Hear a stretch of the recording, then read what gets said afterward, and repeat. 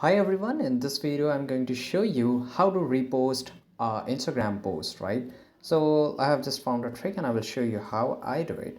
For example, and of course you need to update your Instagram app here.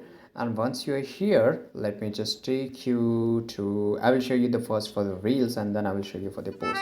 So this is a reel. If I just click on the three dots, right? And for example, if I just click on share icon, here you can see this is a download option. So if I just download, I can just download this video and I can just repost. Right now let's move for the post section.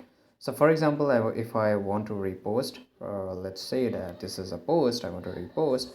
If I just tap on the three dots, you can see that I don't have any option to download, right? So if you want to repost, you can just take a screenshot, right? For example, I can just take a screenshot like this, or you can just download this post. There's a lot of way to download Instagram post over from a Google, right? And you can just post it. So this is the only way where you can just repost an Instagram, and there's another way where you can just click on the share icon, and here you can just post in your chats but not in your feeds, right? Not in your profile. So this is how you can do it. I hope you found this video very useful. If you did, subscribe.